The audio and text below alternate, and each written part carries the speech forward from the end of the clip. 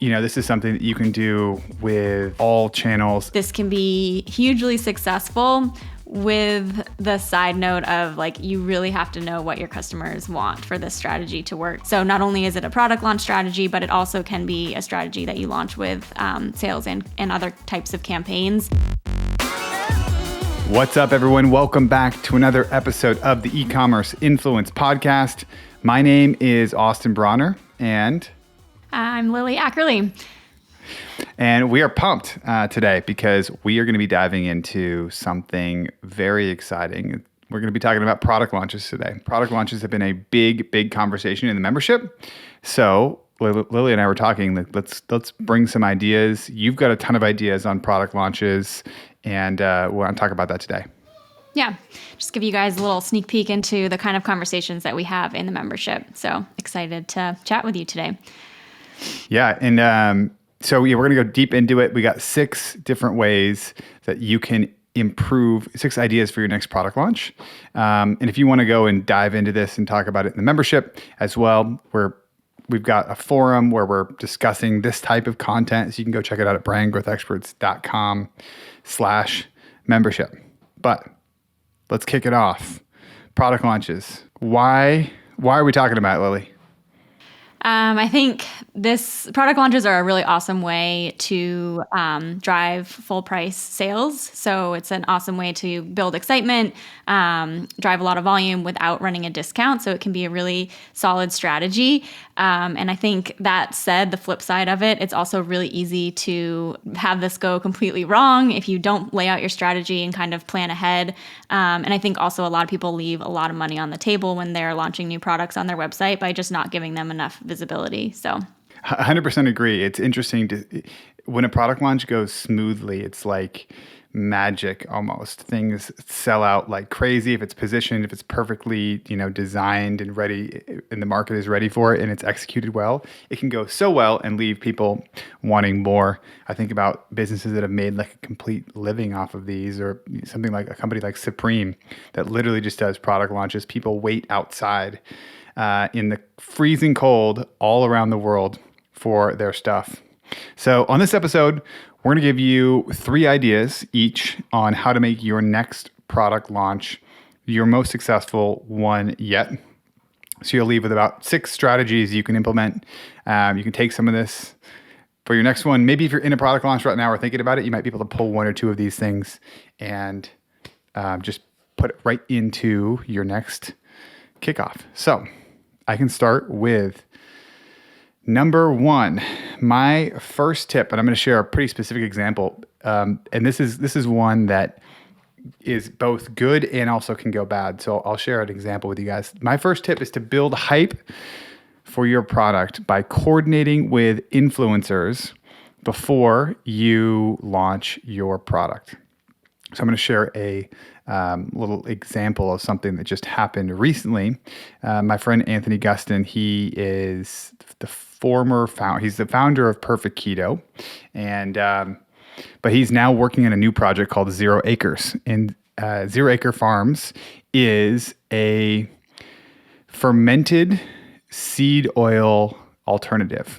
There's a lot of research coming out that seed oils are toxic and destructive to humans, and their company is trying to replace these toxic and destructive seed oils. And part of their messaging is in their branding in toxic and destructive seed oils.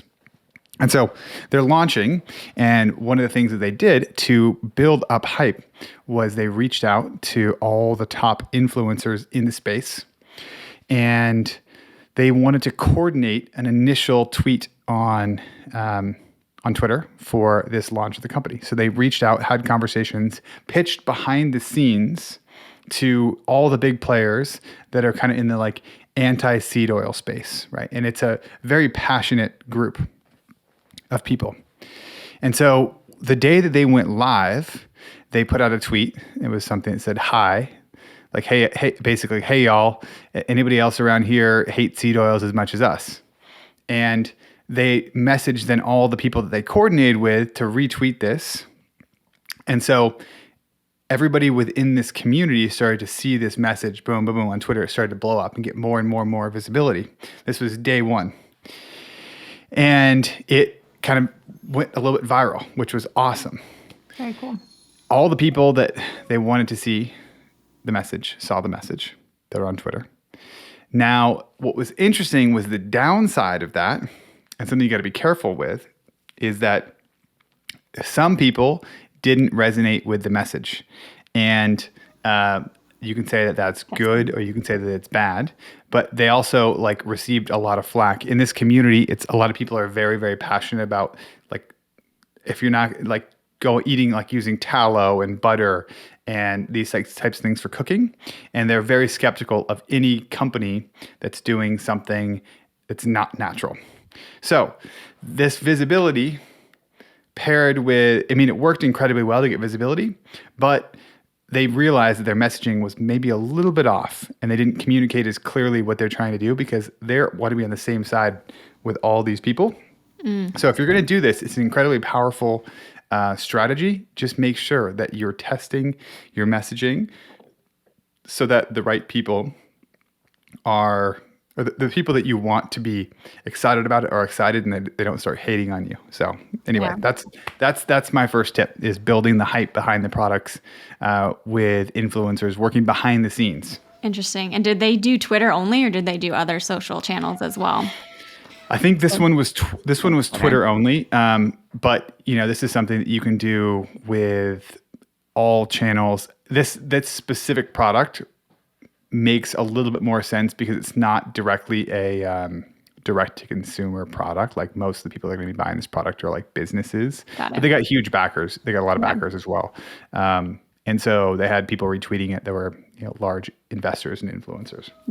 Yeah, Twitter's a great space for that. But like you said, people are very vocal when they disagree on Twitter as well, and all social media. So definitely something to be But again, all the feedback has pushed them into like version 2. Their messaging is going to be improved a little bit. So it's just very, very powerful. And you can do that on any channel. It just requires coordination and actually building something that people want. If they're truly excited about it. The same. I'll share one more. That's the same thing that Helen Guo.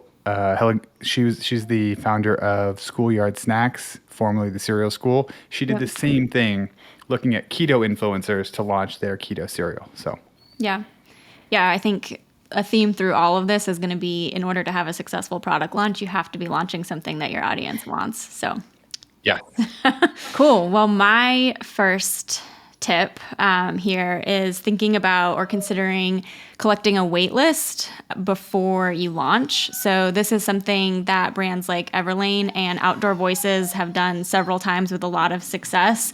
I think one of the bigger ones that Outdoor Voices did was when they launched their swim collection for the first time in 2019, I believe. I'm pretty sure it was 2019. I think they had like 10,000 people sign up for this wait list for a product that they had never even seen. So the strategy that both those brands, and I've seen other brands do it too, is email out to their list, which definitely, when you're considering product launches, like the people on your email list are going to be most interested in the new things that you're launching. It really is a little bit more of a retention strategy than an acquisition strategy.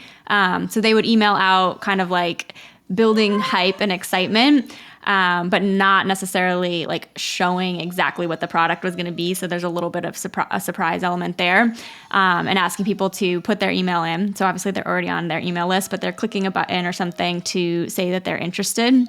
And then that the day that you launch, you can email those people, and chances are they're going to buy. I think this is also an opportunity to say there's limited inventory and kind of encourage that urgency, so people like know, and they're almost anticipating waiting for that launch email, so that they can buy right away before it sells out. So nice solid email strategy. I think this also works really well in SMS. If you are running SMS marketing, it's also a nice reason for people to give you their phone number. If you position that when you're trying to collect phone numbers, that they will get kind of these like special access opportunities. So I think the SMS is a really, really, really good one. Yep. All right. So my next tip is to pre-test your product ideas with SMS. And this also could be email, but SMS is pretty effective in this. So what does that mean? Pre-test ideas. Well, one of the things we said at the beginning of this is you need to make sure that people actually want the product that you're going to be launching. So I'll share a strategy that has been employed by a few people that I know, but specifically Mark Aruda from Constantly Varied Gear. And he came in and did a training on this in the membership.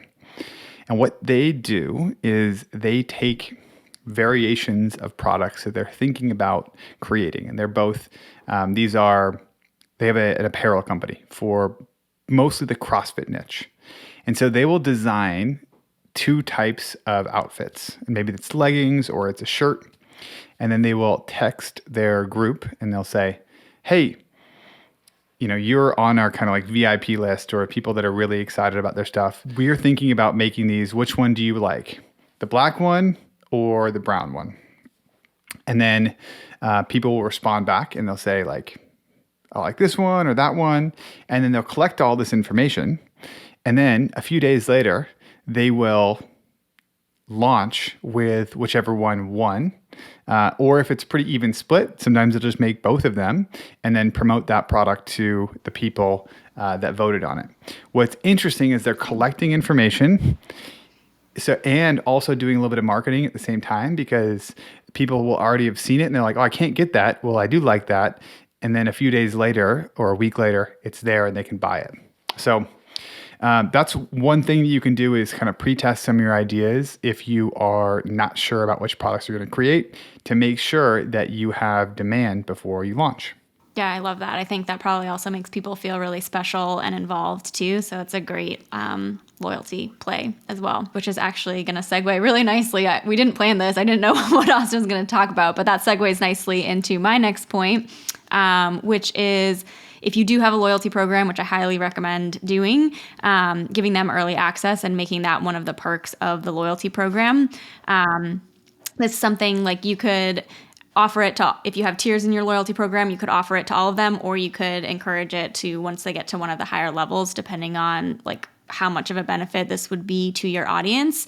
Something I think pretty interesting that we saw in Black Friday is like major brands like Best Buy and Walmart were actually offering their Black Friday, Cyber Monday deals to their loyalty program members before everybody else. So not only is it a product launch strategy, but it also can be a strategy that you launch with sales and other types of campaigns. And I think it's a huge reason why people would want to join your loyalty program. And then you're also getting more information from those people. So loyalty program all around, I highly recommend, but it is a nice product launch strategy. And the one thing that I will say is I think early access works really well when you have like one, maybe two products. If you're launching an entire collection, maybe just pull out the one that's like the most requested or the one that people are going to be the most excited about and launch it with that, because that's really going to be a story. And I think if you try to launch an entire collection early access, it's not going to have that same level of excitement and draw to get early access to those people. Question on that. Do you have any recommendations? I know, did you guys have a loyalty program at FreeFly? We did. And I laugh. We used Loyalty Lion, which I liked a lot. And we really worked with them to build a custom program. I think loyalty programs in general right now are really interesting and exciting because you own that data. So it's not, you're not having the data issues that we're seeing with email and Facebook right now, which we won't go into that in this conversation. But I think loyalty programs are going to have to get a little bit more sophisticated to draw people in than just doing like the points. And so Loyalty Lion is a points-based system, but they were able to work with us to create something a little bit more sophisticated. I know like Smile.io, they're all pretty similar. So I think find the one that works the best for your brand. And make sure that it's also that your products are good for a loyalty program, right? Yeah. I think the things, it works really well, I think, in a company like an apparel company where you've got lots of repeat purchases. Mm-hmm. I've had discussions with other clients where they're like, should I do a loyalty program? And like they maybe have on average like two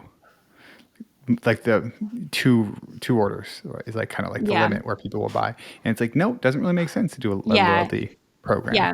you need to have definitely repeat buys. But I do think, if you are a brand that's considering product launches, probably as a strategy, I think that probably a loyalty program would work for that Yes, type of model. So for sure. All right, cool. That's great. I'll go to my final tip, which is to send more emails than you expect. yeah. So this is one that is pretty simple, but I find that when having discussions with business owners, there can be a feeling like, oh, what if we are annoying our audience too much by sending too many emails? Well, my rebuttal to that is that you really have to start looking at your email tracking and realize that if you have an audience of let's say 10,000 people, right? And you are getting an open rate of 20%. So 2,000 of those people are actually seeing and opening the email. And then a click-through rate of 2%. You have a very small percentage of your audience that's actually seeing the emails. So I recommend smartly sending more emails than you expect that you need to spend to promote something. When I say smartly, it means that you can do some things on segmentation to make sure that you're not, sending the same emails over and over again. Let's say that you take this first group of 10,000, you send it out to everybody. Well, if you're concerned, right? Well, first I'd always say put some sort of deadline on the product launch, whether that's a sellout or a time. But you send that first email, and then some people are going to open up, some people are not. You can then resend the email and eliminate people who have previously purchased. So those people can be out of that email.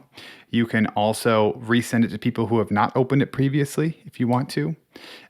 You can plan on a 2 to 3 email sequence that tells people an update, especially if you have a limited number of volume, which I think Lily's going to talk about. That can be really helpful if you're communicating the limited amounts of volume with the email. So like, hey, it's here. Hey, it's selling out. Mm-hmm. Hey, we're almost sold out.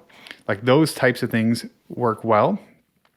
And just being creative rather than sending the same email over and over again. Be creative, segment, but make sure that you're sending more email than you're probably comfortable with. Yeah, I totally agree. And I think also if you're launching a collection, that it's a really nice way. You can swap out what the top product is or have a different feature and just kind of continue to speak to what different people want. But agree. I always think of like my own email behavior, and I don't scroll to the bottom and look at every single email. So if you email me every day, I'm probably only going to see 1 or 2 of those. So yeah, that's a really good tip. Especially during busy times of year. Yes. Cool. So my final tip here is about scarcity. And this one is something that you do really have to plan for. You have to obviously think about if you're able to support this from cash flow and think about your inventory standpoint. But if it is possible for you to figure out how to launch with limited inventory, even if you're kind of faking that inventory and just putting a limited number out for sale for the first part of the launch, this can be hugely successful, with the side note of like, you really have to know what your customers want for this strategy to work. Because if you launch something that's not exciting to them, it's not going to sell out. And the goal with this is really to sell out on the first launch. So you're announcing that you're launching, limited inventory. And then eventually, like, you could do that strategy that Austin was just talking about, continuing to update people until you sell out. You want it to be within a pretty short window, obviously, like don't let that go over a month. And then when you sell out, make sure that you have a really solid wait list on that product page so that you can collect people's emails. And then when you launch with more inventory, you have a list that's really hot and excited to buy that. And wait lists in general perform really well. So that's a strategy that you should just have on your site all the time. But what I really love about this is that it like kind of sets the tone for future launches in the future, where if customers start to realize that every time you launch something exciting that it sells out, that's going to just drive them to purchase immediately, not only when you're launching, but just in general. If they see something on your site and they know you tend to sell out, they're going to want to buy it because they know it might not be there tomorrow. So it's great training for your customers. It's urgency, it's FOMO, like huge drivers for conversion. And then also it can be just really exciting if you're sending those emails and things are starting to sell out. It just feels exciting, feels like a hype. You can also drive that on social if you have an audience there. So I think it's just a good strategy. My favorite strategy probably across the board. And then the last thing I'll say about it is like this is going to work the best if there's some type of like novelty about this product. So Sure. Something around like an anniversary for the brand, or some like re-release of something that used to be a bestseller, or something that has a reason why you're launching with limited inventory versus just like, we launched a new necklace and it's limited. Like have a story behind it to really tell people why. Yeah, I think it's great. I'll bring up one thing that we heard from a client, somebody in the membership.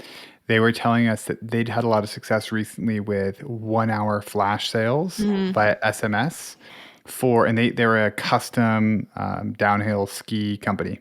And so they were launching like custom cool skis, and they'd do like a 1-hour sale and then they'd be gone after an hour.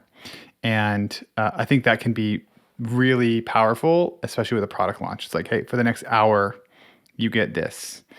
This product is being released and it gets maybe a bonus or whatever, or this is the only time you can get it. They said that the hour versus the number was more effective for their flash sales. Mm-hmm. But I think this partners quite well with what you're talking about, limited inventory.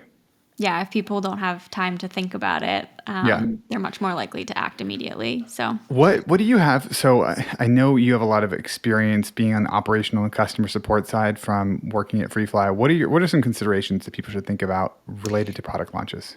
Yes. So I think this is where like some of the failure can happen if you're not thinking the strategy all the way through. On the fulfillment and operation side, if you are launching, just like if this is a single product launch, make sure that whoever is packing and shipping your products knows when that sale is happening and knows to have easy access to all those products. Because if you're like selling a lot more than what you're normally selling and they have a bunch like in back stock that they can't get to, and then your shipping gets delayed, and then you have these customers that were all excited and like they're waiting forever to get their product. So make sure that you're communicating really clearly with whoever is shipping for you, so that they have as much inventory as readily accessible as possible. I've personally experienced this, and it can get really, really bad really fast, especially when like you're just dropping the customer's expectations at that point.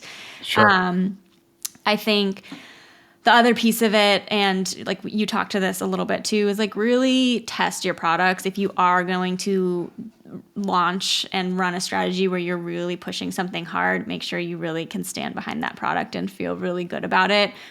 Because again, if you are driving a bunch of excitement and then something like is wrong with the product, we actually had an episode back by the holidays with someone who talked about how they had ordered all these glass bottles and they ended up breaking in shipment. So just make sure that you've worked through all of that type of stuff if you're going to do a product launch strategy where you're really trying to push. Because again, if you lose that customer's loyalty and expectation in something like this, it's just all your effort is lost. Yeah, the first experience is so important. Yeah. So, and then on the customer service side, I think just making, like, don't forget about your customer support team, whether that's you or whether you have a small team or an outsourced team, but make sure that they know, like, when this product launch is happening, make sure that they can speak about the product and that they're excited about it. It's nice to do a demo or whatever your product is. Just make sure, like, if you can, let them get their hands on it, let them see it, even maybe let them test it so that they can, as they're talking to customers, like they're the front lines. So they should be excited and be able to kind of be part of that marketing effort as well. And then on the flip side of that, I'd also make sure that you have a communication loop where they can report back to marketing and product in terms of the type of feedback that they're definitely going to be hearing from customers as they're ordering the product. So communication across the board. Awesome. Really helpful. Well, I hope this episode was helpful for you. I hope you can take some of these things and use them for your next product launch. If you want to dive into this stuff, get more ideas for how you can grow your business, how you can maintain kind of a calm, sane work environment in your business while you grow, go check out the membership. It's brandgrowthexperts.com/membership. Also, follow us on Twitter and ask your questions there. I'm at _Braun. And I am at Lily Ackerley. If you have launch ideas, things that have worked, hit us up on Twitter. Thank you for listening. We'll see you on the next episode. Yeah, we'd love to talk to you guys. See you soon.